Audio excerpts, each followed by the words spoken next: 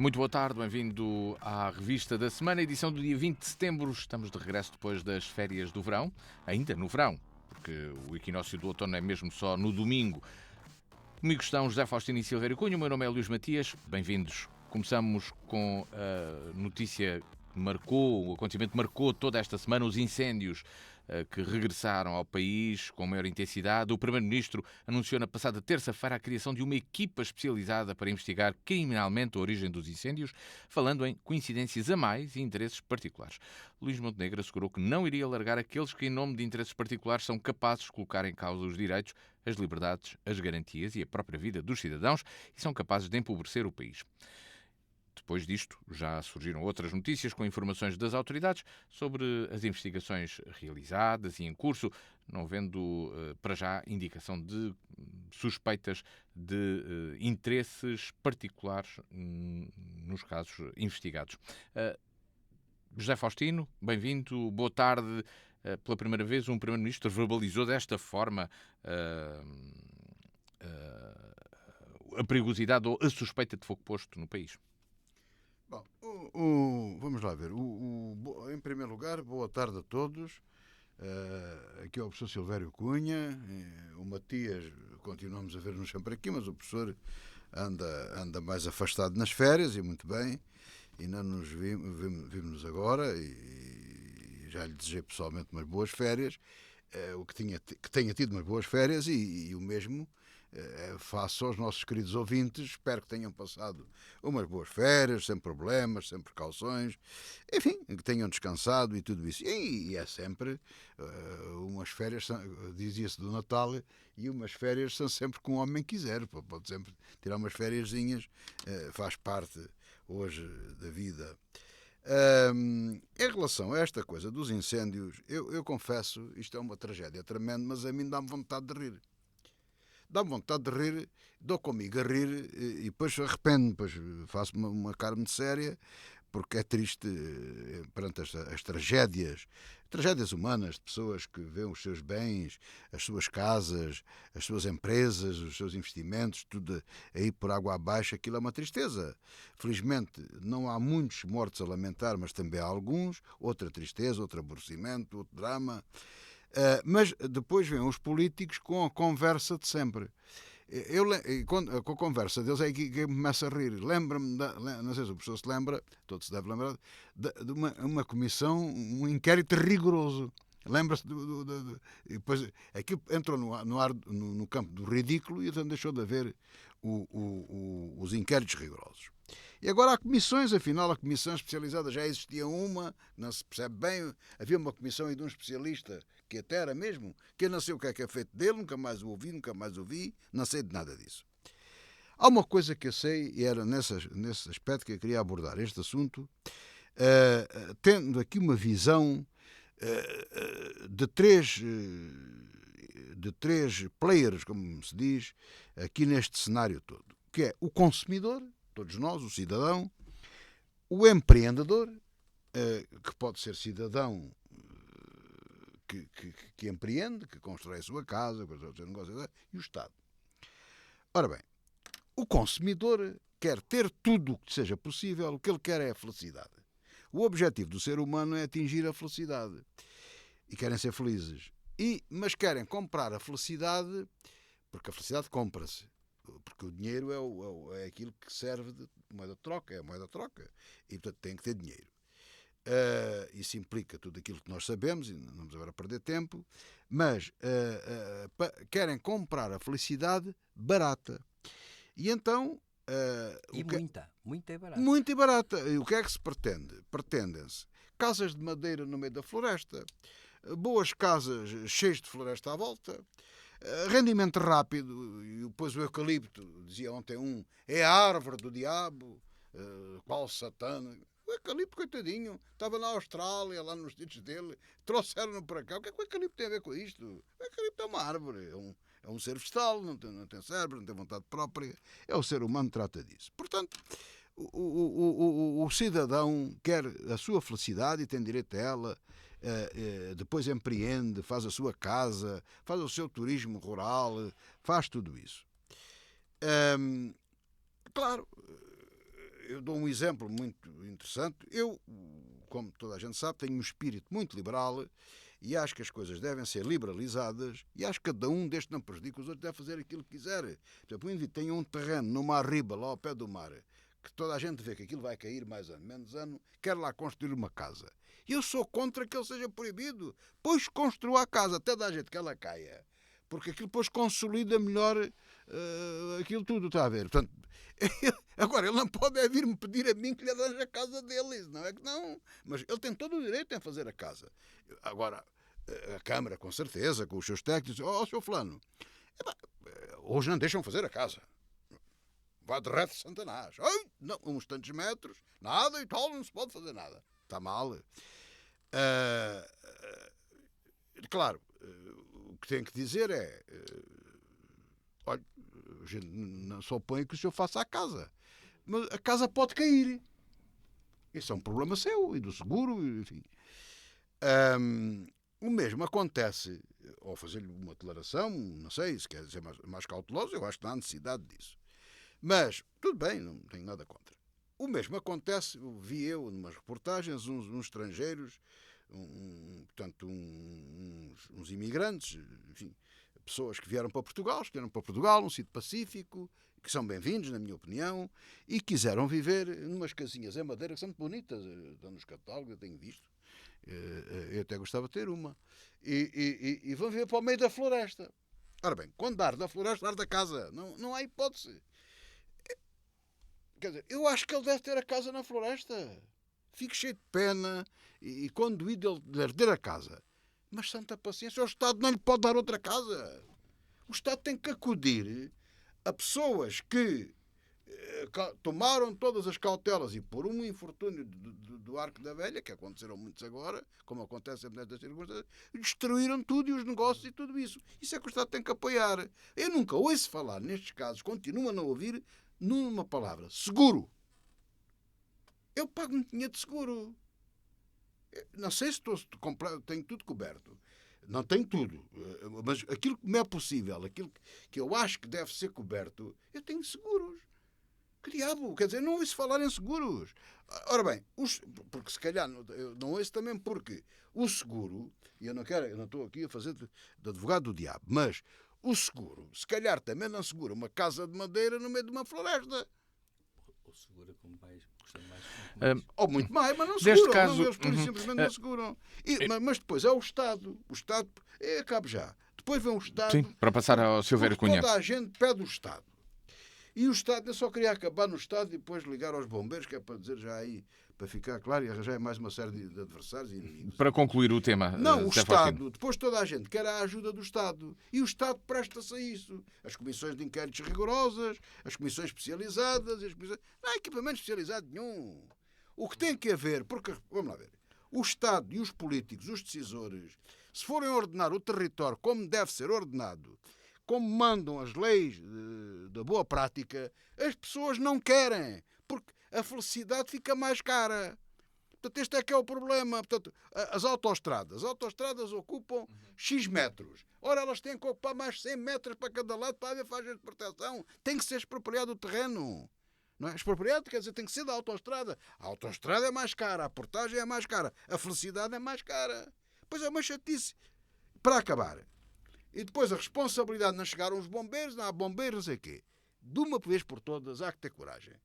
Eu tenho uma enorme consideração pelo voluntariado, seja nos bombeiros, seja onde for. Mas bombeiros voluntários, não, já chega.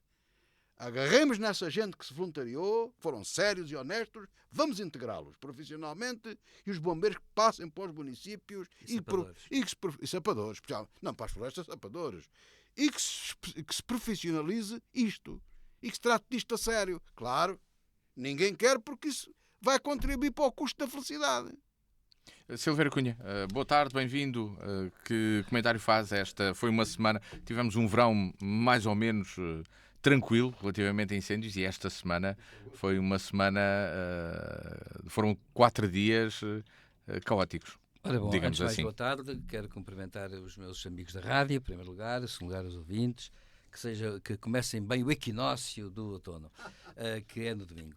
Ora bem, Isso há um certo misticismo. Exatamente. O professor vai os equinócios, essas coisas. Os solstícios e O professor liga a essas coisas. Não ligo, mas pronto. Mas gosta. Mas gosto. Acontece que, bem, este verão foi animado, por uma razão, foi animado, como veremos nos Estados Unidos, foi animado, tivemos 5 reclusos que fugiram e ainda é uma história. Olha, o Matias não pôs isso na ordem de trabalho. É uma história que ainda vai desenrolar, vamos ter a oportunidade de falar nisso no futuro. Mas acontece que, quanto aos incêndios, eu por acaso devo dizer o seguinte: primeira declaração prévia, eu não percebo nada de incêndios, que sei que é uma questão muitíssimo complexa. E eu, quando há estes incêndios, como aconteceu nos de 2017, a gente fala de Pedrógão, eu devo dizer que morreu mais gente na zona ali do hospital, morreram 77 em Pedrógão e no hospital morreram mais 100 pessoas e pouca gente fala disso. Foi uma grande tragédia, né? Eu já fui lá depois disso e é desolador o que lá está, ainda hoje. E acontece que, devo dizer o seguinte, sucede que eu não percebo nada, mas estas ocasiões têm uma vantagem, é que de facto nos canais de televisão aparecem alguns comentadores que sabem do assunto, e eu devo dizer até, sem estar aqui a citar nomes, porque não são da minha área, já não me lembro bem dos nomes deles completos, mas lembro-me de uma coisa, lembro de que houve pelo menos 3 intervenções de 3 grandes especialistas, um deles aliás é considerado um dos 20 top mundial, e acontece que eles deram esclarecimentos muito curiosos que, para mim, só aumentaram a perplexidade neste sentido, é que só aumentaram a minha ignorância, porque eu percebi que o assunto é muito mais complicado. Muitíssimo mais complicado. E acontece que eu, portanto, devo dizer que não percebo nada do assunto, sei que há teses muito diferentes em torno do assunto, há mesmo quem sustente que os canadeiros servem para muito pouco, a não ser que fossem, em vez de 3, fossem 300. Há quem diga isso. Há quem diga que uma máquina de rastros é muito mais eficiente. Acontece que há tradições no combate aos incêndios e técnicas e metodologias que dependem muito da história das próprias equipas que fazem isto. E finalmente há uma coisa que eu fiquei alerta e fui ver. E sabe uma coisa? É que as matas das celuloses não ardem. Pois não, porque são tratadas? São geridas, não é? Ora bem, mas acontece o seguinte, eu queria chamar a atenção para uma coisa. As comissões, devo dizer que as comissões servem para alguma coisa apesar de tudo, e vou dizer porquê. Houve uma que depois de 17 publicou, independente, com grandes especialistas na área, publicou um grande relatório sobre o assunto, que está aliás na net. Há pelo menos um. E eu estive a ver um, por acaso estive a ver um, que é um autêntico livro, com bibliografia, com tudo, é um livro científico sobre o que é que aconteceu e que tipo de combate é que pode ser, o antes do fogo, o durante o fogo, o depois do fogo. Portanto, claro que, como é evidente, ninguém seguiu nenhuma das recomendações. Portanto, nós temos uma coisa que é dramática, é que temos estudos científicos muito bons, temos leis, curiosamente, são boas. Uma delas que esse relatório conclui é que não é aconselhável durante os fogos, né, como estamos, andar a falar no fogo posto e fogo posto. Sim, nada disso. É aconselhável a calar as coisas. É tudo ao contrário. E acontece que, portanto, em suma concluindo, só para dizer que há muito boas leis, há estudos científicos, o problema que se põe é o seguinte, é que elas não são cumpridas, não são postas em ação.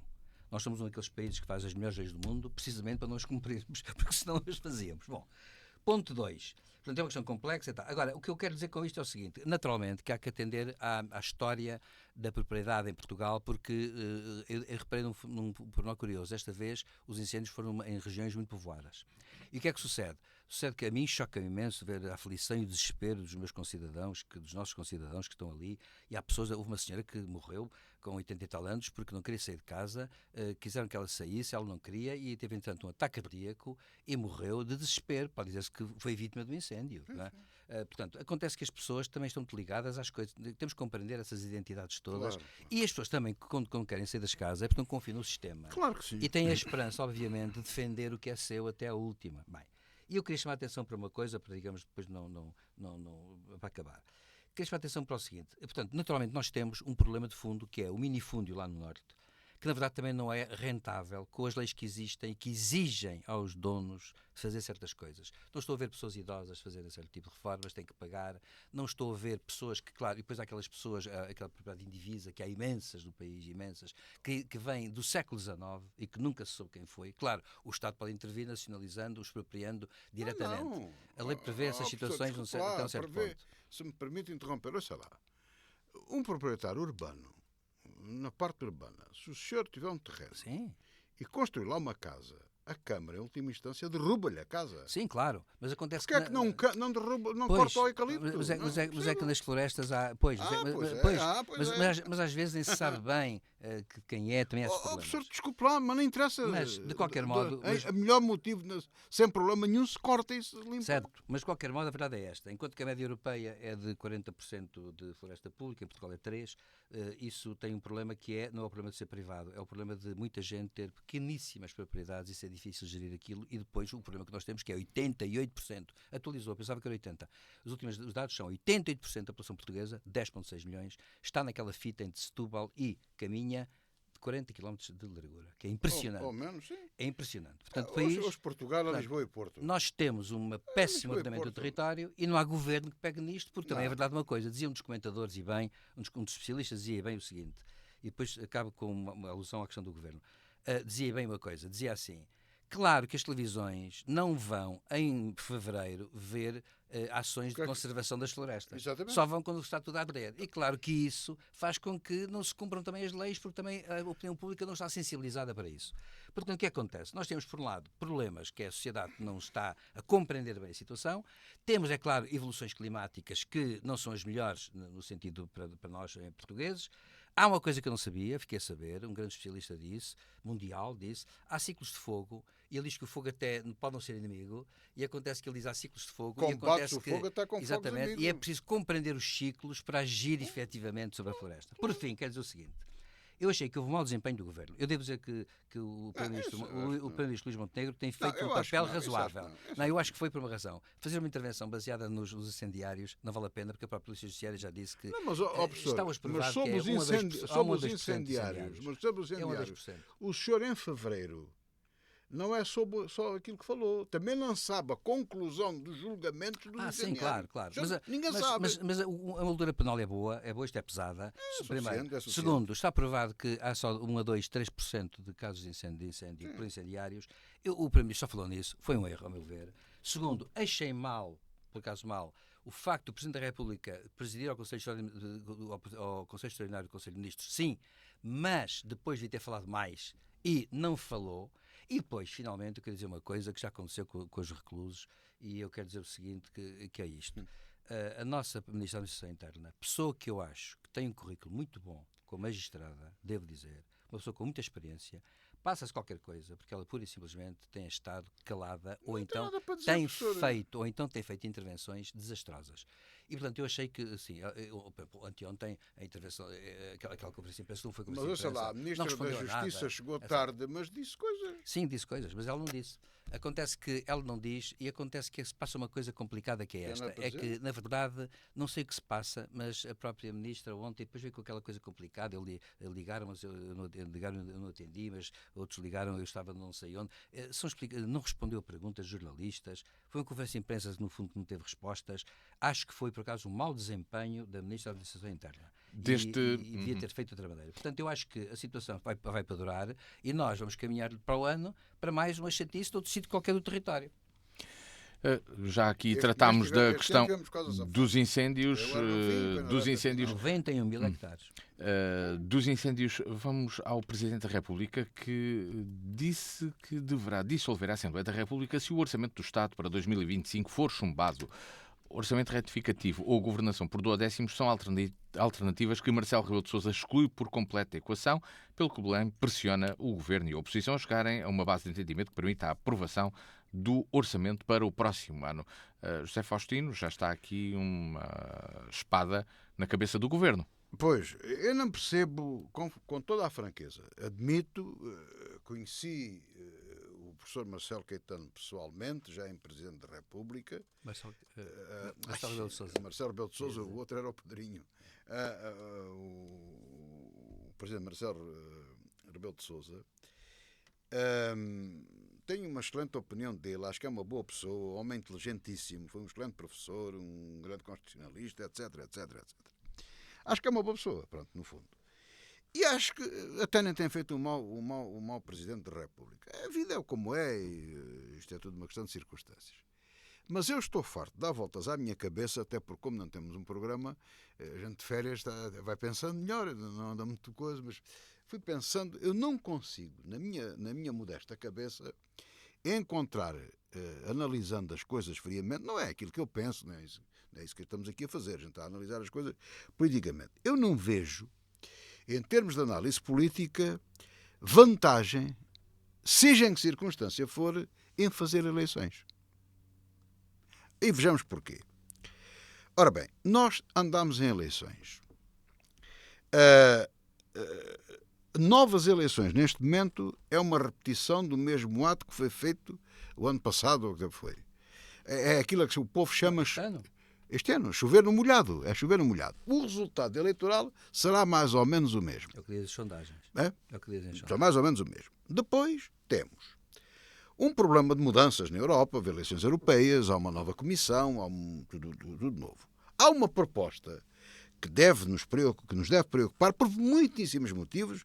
O Matias não pôs aqui, mas talvez a gente venha, que é o relatório Draghi, já lhe chamam Super Mario, o relatório Super Mario, que é excelente, não é? Portanto, e que põe grandes desafios à Europa e particularmente a Portugal e aos países pequenos. Ora bem, e Portugal não está excluído disso, porque a nova Comissão vai entrar em funcionamento, tem os dossiês, ele entregou-lhe em 3 volumes, que eu vi muito bem, entregar à Presidente da Comissão, e isso tudo, não digo que aquilo, não, eu não acredito que vão fazer aquilo, mas continuamos com as frentes de guerra que temos no Médio Oriente, na Ucrânia, especialmente na Ucrânia, continuamos a ter um problema que não sabemos, que eu acho que não vai influenciar tanto como muita gente diz ou que pensa, as eleições americanas, mas tem a sua influência. Portanto, há uma série de fatores nacionais e internacionais que recomendam prudência. E que eu ainda acrescento mais outra coisa. Não vejo mal que venha ao mundo o facto, num país despesista, que não consegue conter a despesa pública, governar por duodécimos. Até porque, num caso de circunstância urgente, até pode fazer um orçamento retificativo ao orçamento do ano anterior, aquele com que está a trabalhar. E aí entala assim a oposição. Diz, meus amigos, isto agora aqui estamos entalados, temos que fazer aqui uma retificação a isto. Não é necessário, vive-se por duodécimos. Como vamos lá ver, este orçamento é do António Costa, que são sempre orçamentos folgados, sempre inflacionados, sempre... Porque eu acho que também se dá uma importância tremenda ao orçamento quando não o devia ter. Porque o orçamento em si, as contas em si, é uma proposta de gestão que eu acho que está valorizado politicamente demasiado. O que tem importância é as leis ou as partes da lei que vêm agarradas à lei do Orçamento de Estado, que influenciam muito a vida das pessoas. E eu acho que isso é que devia estar separado, porque o orçamento devia ser mais puro, mais só osso, não devia ter gorduras, e isso causa todos esses problemas. Finalmente, na minha opinião, até poderá haver males que venham por bem. Imaginemos que o orçamento é chumbado. Portanto, toda a gente se abstém, toda a gente vota contra, menos o governo. Portanto, o orçamento não passa. Pois bem, o governo passa a governar por duodécimos e depois, o que é que isso tem? O professor Marcelo Rebelo de Sousa, presidente, acha que isso é uma tragédia tremenda. Eu acho que isso é uma virtude. Porquê? Porque nos poupa dinheiro e obriga-nos a trabalhar sobre parâmetros. Eu quase me atrevi a dizer, é uma espécie de uma troika sem haver troika. Portanto, é uma troika interna. Passa a haver balizas para gastar dinheiro. Pelo menos para gastar dinheiro. Não é? Porque é sempre possível haver ajustamentos, como está a haver, de impostos, etc. Não há mal que venha ao mundo. Porque nós vamos ter uma eleição muito em cima da eleição presidencial. Depois da eleição presidencial, as pessoas começam a estar fartas das eleições. E as autárquicas? E as autárquicas, quer dizer, portanto, ninguém está virado para aí. E eu acho que não havia vantagem nenhuma nisso. Mas, e agora bem para acabar, não se devia ter, e o Presidente da República é culpado nisto, não se devia ter enchido tanto o balão do orçamento. Deixar fluir as coisas. Podia dar a sua opinião, convocou o Conselho de Estado, de certa forma já influencia, e ficaria por aí. Tem pressionado, e agora culminou a dizer que se não aprovarem o orçamento pode dissolver a Assembleia. Eu acho que é um erro, mas não vejo vantagem, acho, não é eu pessoalmente, mas não vejo vantagem, não consigo aqui encontrar substância concreta de vantagem política na dissolução da Assembleia no caso do orçamento ser reprovado. Silvério Cunha, Bom, haverá uma terceira dissolução por parte de Marcelo? Eu penso que há aqui um problema que se põe com esta questão de este jogo, digamos, político. O presidente Marcelo está a pressionar e está a ameaçar com eleições por uma razão, porque resolveu, digamos, obrigar a que haja no nosso país uma coisa que, na verdade, hoje é politicamente muito difícil, que é o compromisso. Compromisso em política, evidentemente, é aquilo que seria normal. Em política, a política faz de compromissos por uma razão. Porque a política é a arte do governo do possível e não do desejável. Portanto, não há ninguém numa sociedade pluralista, económica, moral, religiosa, ideologicamente, não há a possibilidade de haver toda a gente de acordo sobre, digamos, até mesmo grandes questões. Haverá sempre desacordos. Portanto, qual é a hipótese? É haver compromissos. E os compromissos são isso mesmo, são ceder-se dentro, obviamente, não é ceder no sentido de ser metade, mas é ceder no sentido de, em certos pontos, alguém cede para, noutros pontos, ter vantagem e vice-versa. O que está a acontecer hoje em dia nas sociedades de hoje, nas sociedades democráticas de hoje, é que a polarização levou à ideia de que, a todo custo, é preciso estar contra. A todo custo é preciso afirmar a negatividade. Nós temos hoje uma grande dose de negatividade, as pessoas têm uma agressividade natural, as pessoas hoje estão zangadas com tudo, as pessoas hoje... Eu noto uma coisa que permitam dar um testemunho que para mim tem acontecido. Eu sou peão e quando vou passar nas passadeiras, não é a primeira vez, nem a segunda, nem a terceira, nem a 15ª, nem a 20ª, que eu vejo pessoas, mais do que é habitual, a passar, automóveis a passar as passadeiras, não respeitando a lei. Mostra uma coisa, mostra que as pessoas andam apressadas, andam sem querer saber, andam, seja como for, de para onde der, de qualquer maneira. O que acontece? É que isto levanta um problema. É que, como a sociedade destas, as pessoas estão todas eriçadas e, portanto, estão pouco propensas ao compromisso. O que é que sucede? Contra os duodécimos isto funciona. Precisamente esse é o problema. É que as expectativas, como a sociedade está polarizada, nós tivemos eleições, e eleições europeias, eleições as legislativas, que de algum modo espelharam muito ideias polarizadoras. Nós fazemos isto, nós vamos fazer isto, nós vamos transformar tudo.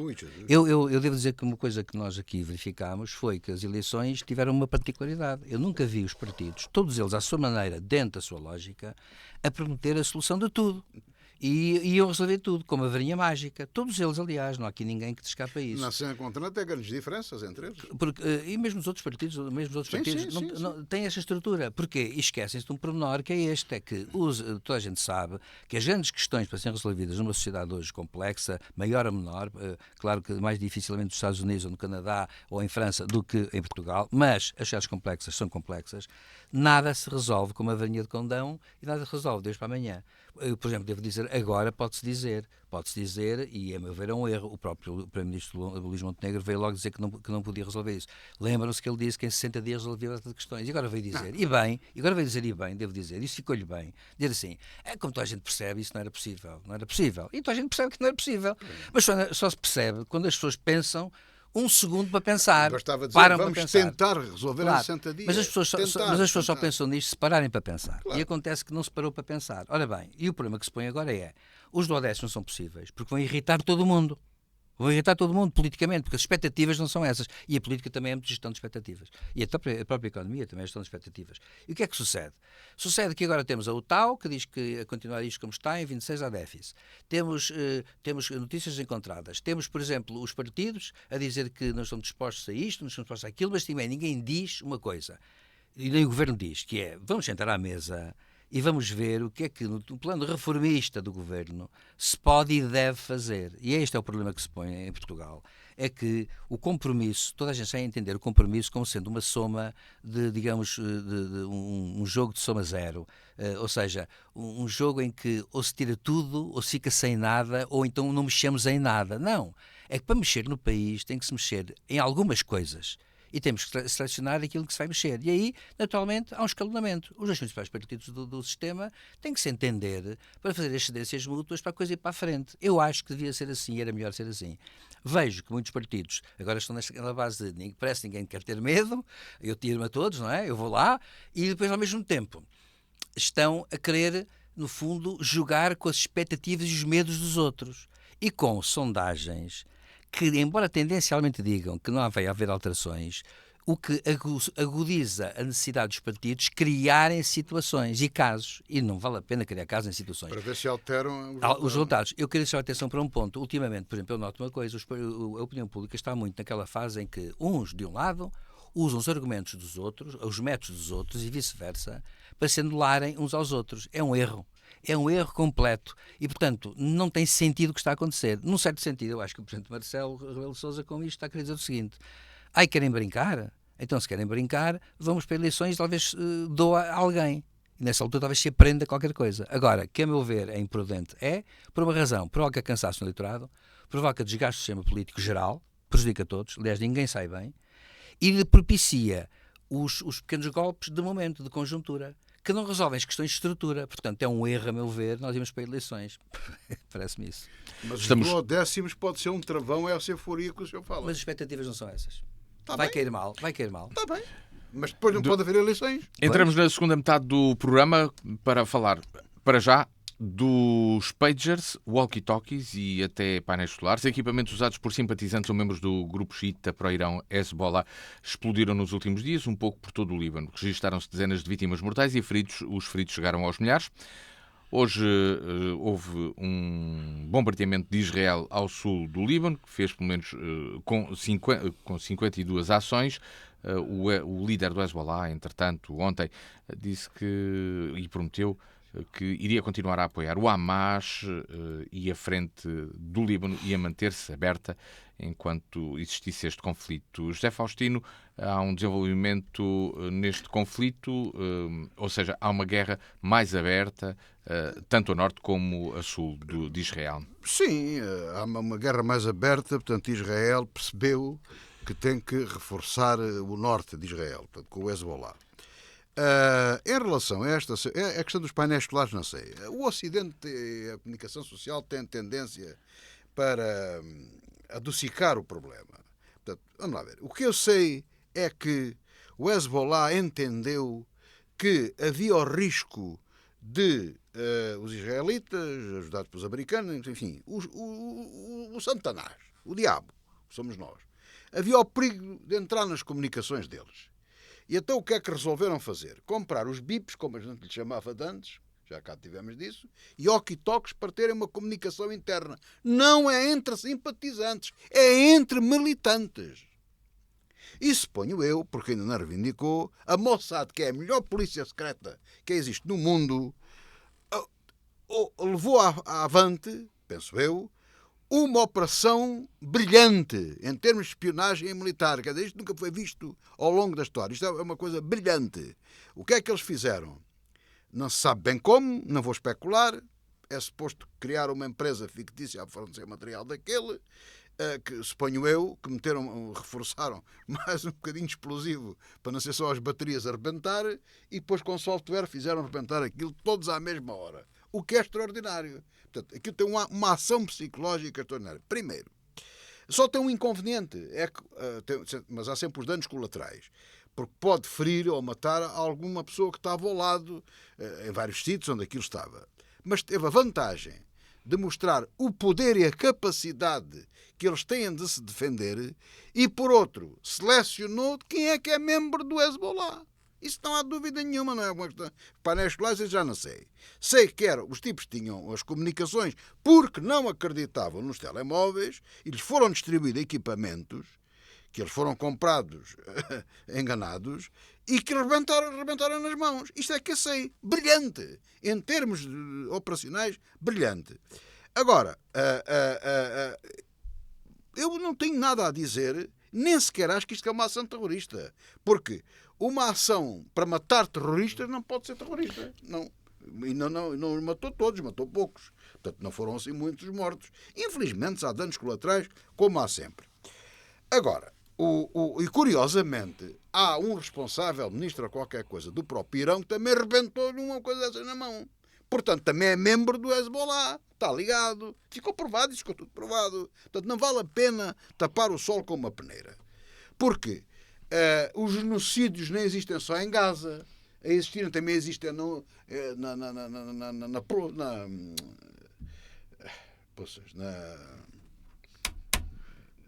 Hungria, na Ucrânia, portanto, também existem na Ucrânia, portanto, as coisas não são azuis de um lado e verdes de outra. Não, as coisas são o que são. E Israel tem à mão tudo o que há para se defender. Claro que há um problema, que é aquele que temos focado aqui várias vezes, mas o tema é mais vasto, e foi esta operação. Claro que o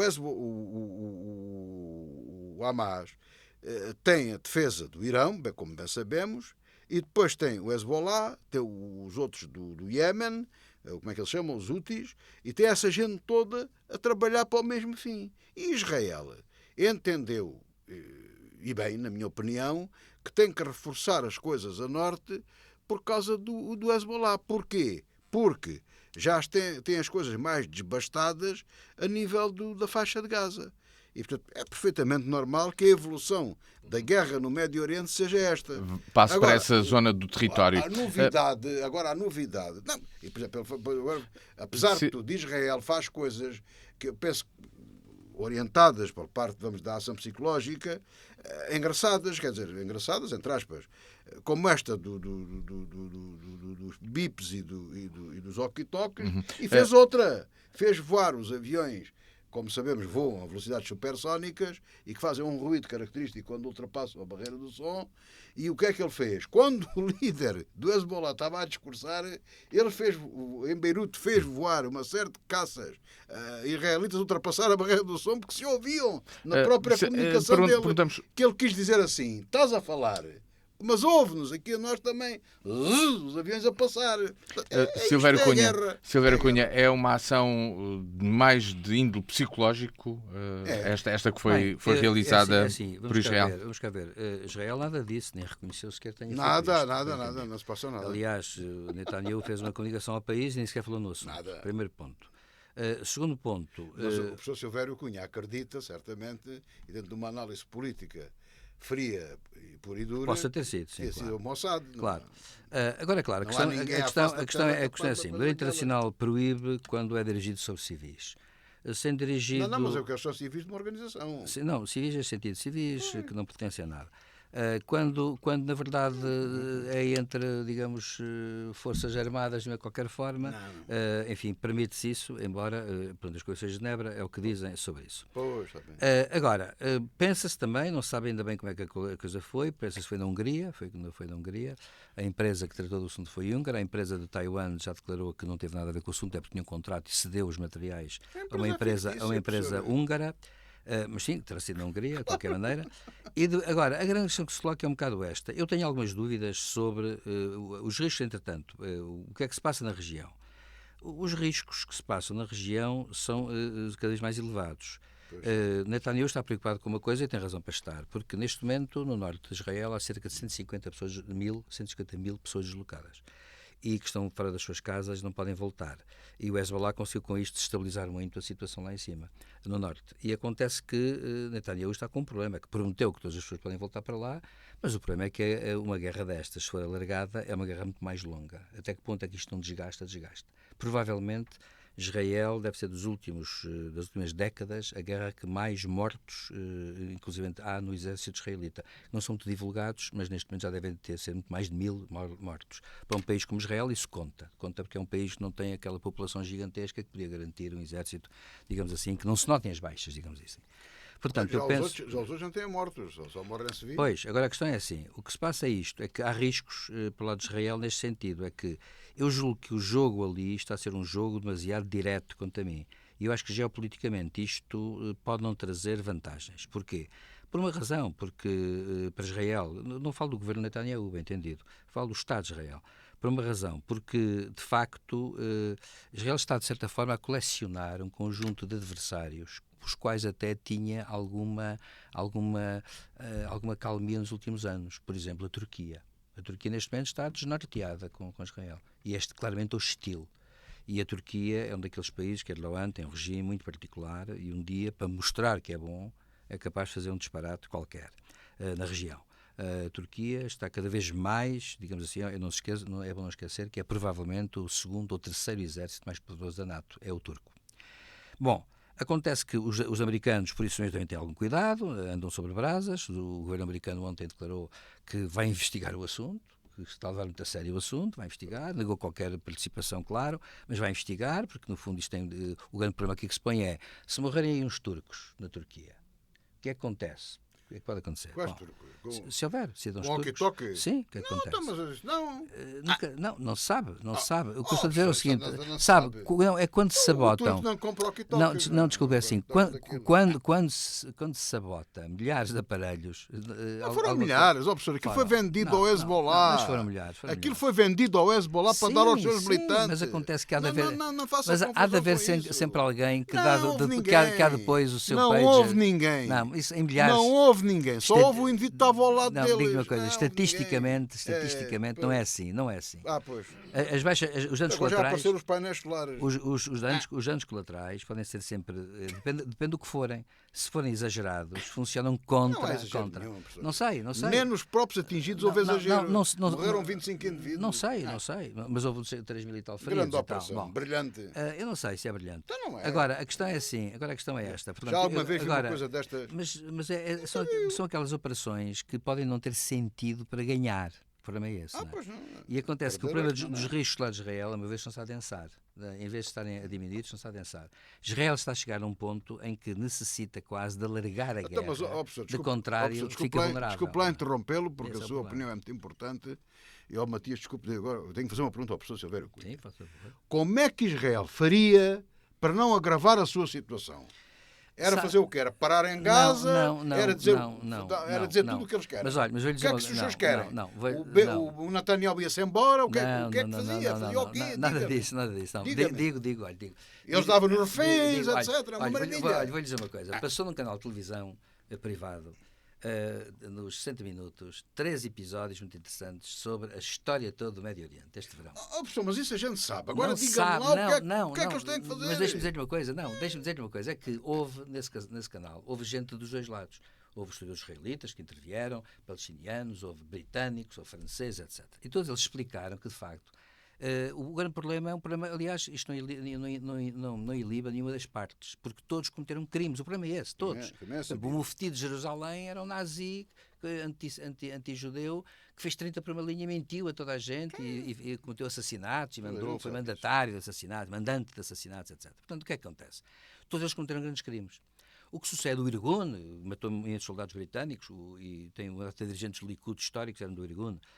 Acontece declarados como movimento terrorista, diga-se passagem na altura, pelo Reino Unido. O que acontece é que tudo isto tem que passar por um momento que é cada vez mais difícil, mas passa por uma coisa que é retirar o Hamas da equação política e tem que ser 2 Estados. Acabou, não há alternativa. Mas agora, se faz isso já? Não, já não. Tem que ser uma coisa programada. Tem 3 Estados. Eu sei, tem que ser uma coisa programada. Mas se for programada, atenção, mas por exemplo, eu vou-lhe dizer uma coisa, não é por acaso que as potências não querem intervir a sério. Claro. As potências podiam intervir a sério.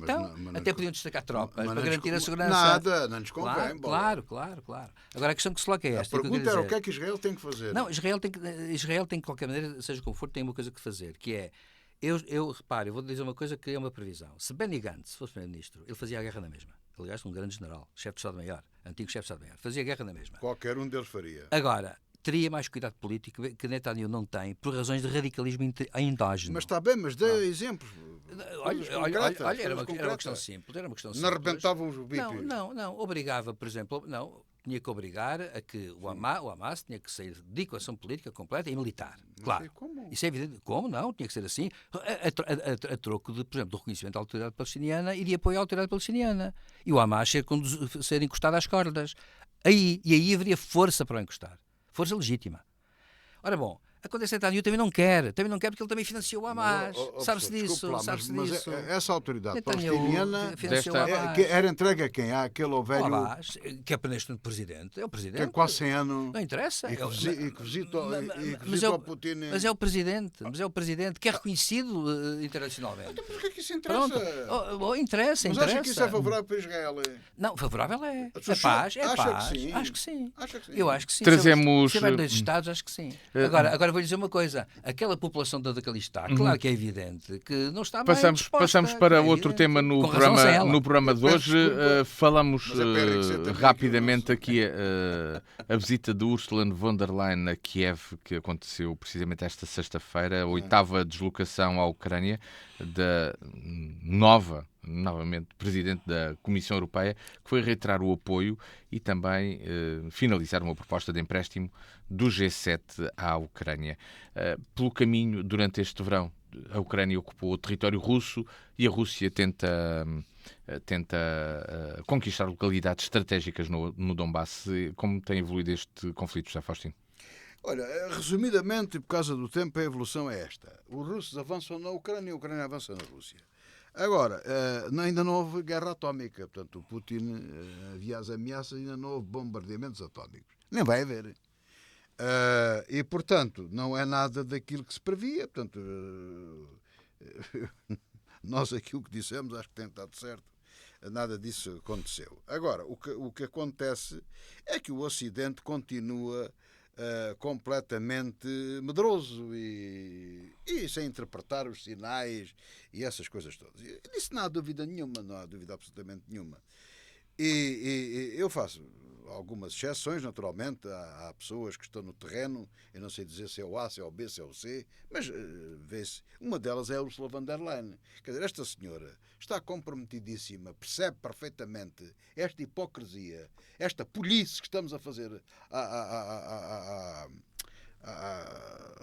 Ucrânia? à Ucrânia, de condicionar, de continuar com o braço agarrado ao cinto, não poder combater os russos. Mas porquê é que não vai um míssil para o Kremlin? Não se percebe isto. Eles se pudessem, já tinham matado o Zelensky. Mas qual é o problema? Mas este caminho que foi tomado. Aliás, houve uma mudança muito grande neste verão na política na Ucrânia. E foi mudado o governo, foi mudado uma série de coisas, houve alguns comentadores e tal, não sei o quê. Parece que foi bem mudado. Portanto, é um caminho normal que segue, uns por cansaço, outros por saturação, enfim, não interessa. O que interessa é que Zelensky estava com dificuldades no Donbass. E o que é que ele fez? Foi bater noutra frente, foi onde eles estão fracos, foi avançar, que é aquilo que eu desde o princípio digo, que a Ucrânia devia avançar para dentro da Rússia e devia atacar os pontos de partida dos ataques da Rússia para a Ucrânia, não é? Mas que o Ocidente continua com dificuldades tremendas. Porquê? Porque tem medo de Putin. Tem medo de Putin. Não perceberam ainda o mesmo que Churchill percebeu na Segunda Guerra Mundial, que Hitler só descansava quando tivesse a Europa praticamente todo aquilo que ele queria, quando tivesse o Reich como ele queria. E Churchill percebeu isso muito cedo e disse isso sempre muito cedo e tinha razão. Enquanto Putin for vivo neste momento, estamos sempre com uma espada em cima da cabeça. E os líderes ocidentais ainda não perceberam isso. Não perceberam isso. Agora, infelizmente, a Ucrânia não tem a capacidade de Israel. Infelizmente. Porque se tivesse, outro galo cantaria. E aí os americanos, tenham que não tenham, têm que apoiar. E eles fazem aquilo que bem querem e entendem. É este o ponto. E o que querem e entendem é justamente, e eu acho que é uma estratégia corretíssima, avançar dentro da Rússia. Não com pretensões, ao contrário da Rússia, quer anexar a Ucrânia. A Ucrânia não quer anexar a Rússia nem parte da Rússia. Quer fazer um jogo estratégico para condicionar cenários possíveis de tratados de paz, de tréguas, etc, que lhe dê algumas vantagens negociais. Este é o ponto. Mas que está sempre encravado perante os seus aliados ocidentais. Mas que também não pode abandonar porque precisa deles como pão para a boca, porque infelizmente a Ucrânia foi desarmada, prometeram-lhe que a defendiam e atacaram-na. E o Ocidente não pode abandonar a Ucrânia, mas não a defende, nem lhes dá os meios, acaba por dar mais tarde e a más horas. E para mim a interpretação da viagem de Ursula von der Leyen, que aliás com um ramo de flores, as linguagens, estas linguagens, às vezes visuais, têm mais importância daquilo que é dito. Fez questão de ir a Kiev, quando está a formar a comissão e essas coisas todas, dar um ramo de flores a Zelensky e prometer-lhe ajudas e outras coisas aqui, porque está comprometida, porque a senhora deve estar envergonhadíssima e deve-lhe pedir desculpa e não sei o que é que ela lhe diz naquilo que nós não ouvimos. Silvério Cunha. Eu não sou dirigente, sou apenas um cidadão e também tenho vergonha, como eu gosto de dizer, vergonha alheia, daquilo que o Ocidente tem feito à Ucrânia. Silvério Cunha, esta visita de Ursula von der Leyen e os últimos acontecimentos do conflito com esta incursão que aconteceu durante o verão. Sucintamente, só quero dizer 3 coisas. Uma, por acaso, vem nas redes sociais que há dias foi semana passada, Trump, numa entrevista que deu num dos órgãos de comunicação social, baralhado como anda e um bocado descontrolado, disse que se ganhar, não se importa entregar a Ucrânia a Putin e que não quererá saber da Ucrânia. Disse isto mesmo. Aliás, a candidata de Kamala Harris veio por a questão e dizer o que é que está a acontecer. Será que ele andou a falar? É que é uma questão muito, muito complexa até. E ele veio dizer isto, descontrolou-se, penso eu, porque isto não cabia na cabeça de ninguém dizê-lo. Tem sido lá o outro. Segundo, há uma coisa que é preciso dizer. De facto, a Ucrânia ocupou uma área que é equivalente a metade do Algarve. Acontece que a Rússia, neste momento, eu vi alguns destes generais que são até claramente para o Ocidente, dizerem que aí, no Donbass, Putin está a ganhar. E que a Ucrânia está a perder globalmente, está a perder a guerra. Porquê? Porque Putin, de facto, pode ser pelas razões, aliás, que o Japão apontou, não é? A falta de tempada de fornecimento de armamento a sério.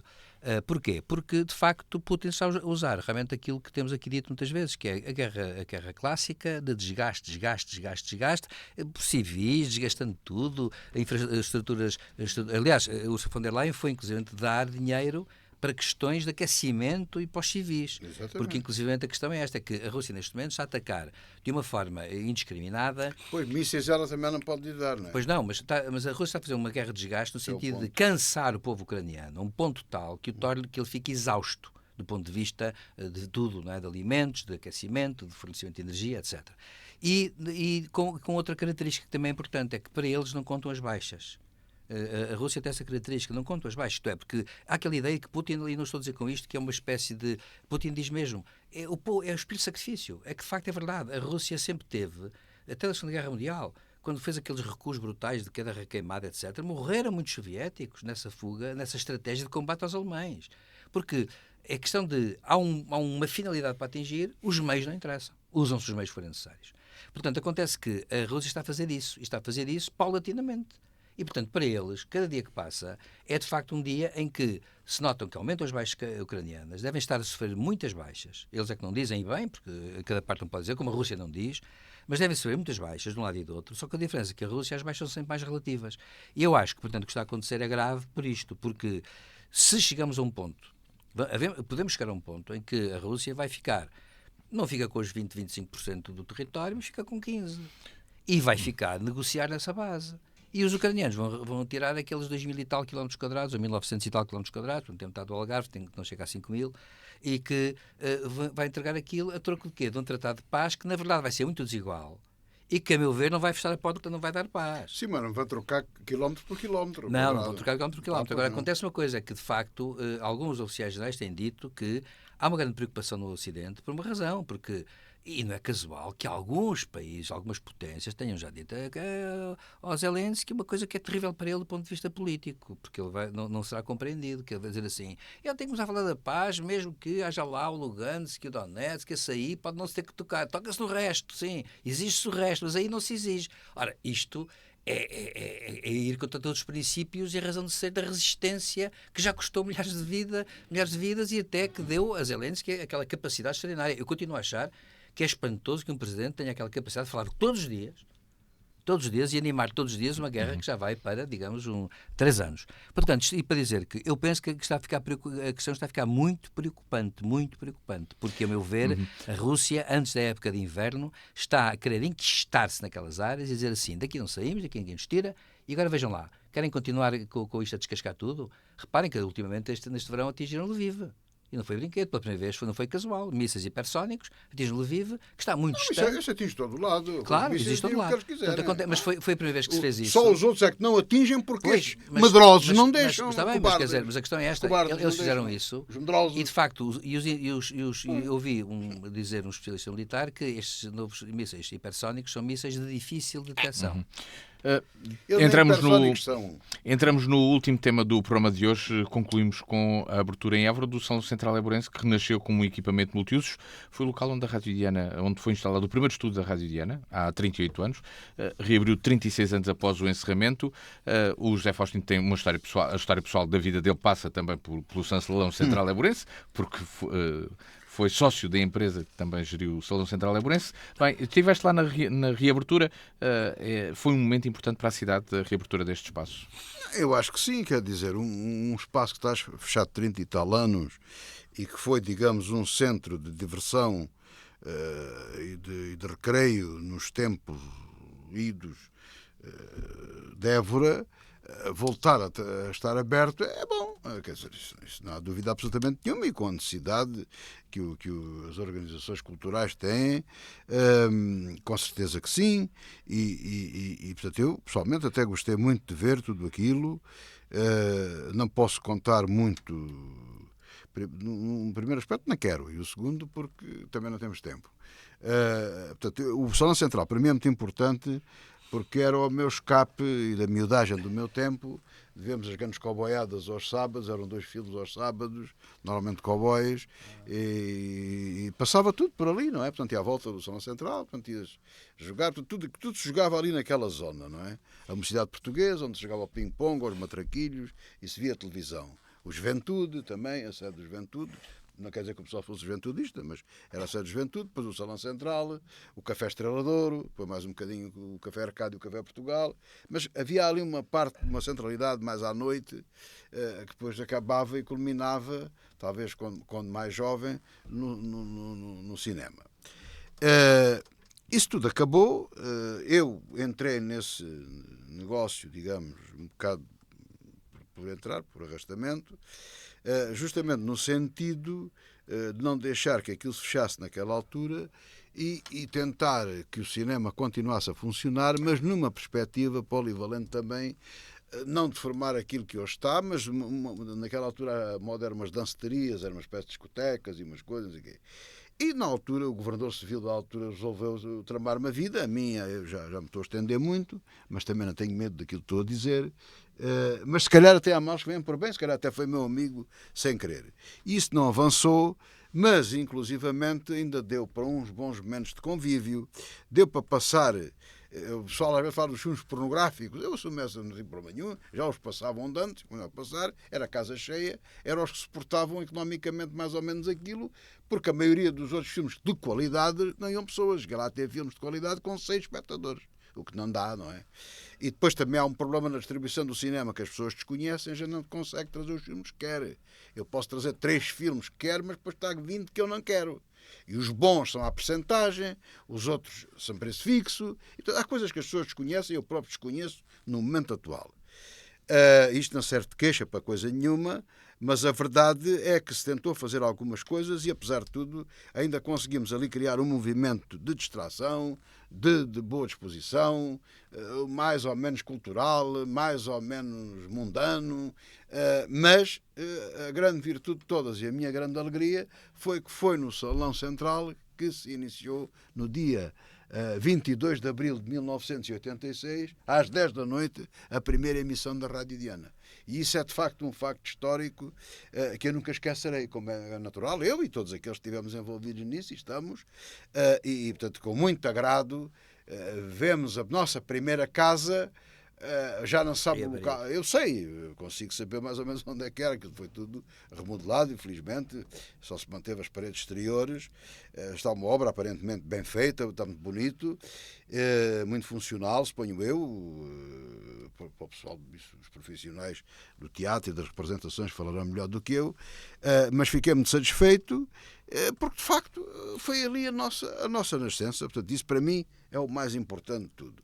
E agora desejo que de facto aquelas instalações sirvam à cidade e que desenrasquem bastante.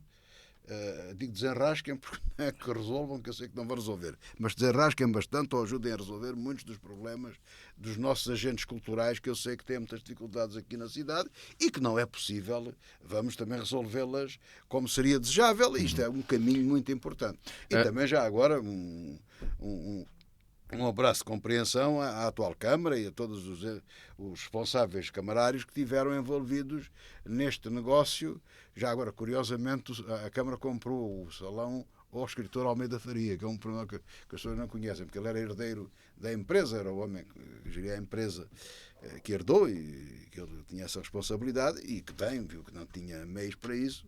Aliás, quando eu entrei nisso já era para safar o fecho daquilo. Mas depois não se safou, mas safou-se o edifício e foi a Câmara que o comprou em boa hora. Depois houve muitas tropelias, isso foi contado pelo Presidente na inauguração, mas em boa hora foi aberto na semana passada e está a funcionar, ou vai funcionar. Está já a funcionar. Está em pleno e isso é que é bom para todos. Silvério Cunha. Um grande agradecimento a todos e também à Câmara e a tudo isso. E Deus queira que tudo corra bem. Pois eu posso dizer uma coisa, a Évora tinha, como vejo esses cinemas, acontecia tudo nas cidades médias, acontecia a mesma coisa, em Aveiro também, Coimbra também, cada uma tinha, enfim, 1, 2, 3, algumas, às vezes 4 cinemas que eram fundamentais para a vida citadina. Portanto, quando eu cheguei a Évora, de facto, o Salão Central estava aberto, mas de facto eu não via lá quase um evento nenhum e nunca suscitou a minha atenção, mas também foi pouco tempo, depois fechou pelos vistos. Agora, o que acontece é que havia, por acaso, achei muito curiosa, uma coisa na reportagem que um canal de televisão deu, porque foi entrevistar pessoas que estavam a entrar e pessoas já com uma certa idade e que estavam comovidas com o facto de voltar a pisar o Salão Central. E achei curioso isso. Saborenses que tinham estado na sua juventude, tinham ido ao Salão Central, homens e mulheres, e que diziam que agora era bom voltar a pisar, embora e gostando muito dos arranjos que foram feitos, etc., e relembrando essas boas memórias. De facto, é verdade que os sítios são muito importantes por causa das memórias, e as memórias consolidam muito a estrutura mental das sociedades. E, portanto, o Salão Central faz parte dessas memórias. Também fiquei a saber uma coisa que é importante, é que o exterior tem que, historicamente, representa um período da arquitetura portuguesa, com um arquiteto que terá estado por trás. Estado Novo. Pois, o Francisco Caio do Amaral, e acontece que, de facto, tem importância por causa disso. Fiquei a saber que custou 3 milhões de euros, disse o Sr. Presidente da Câmara, eu lembro-me de ver isso, agora.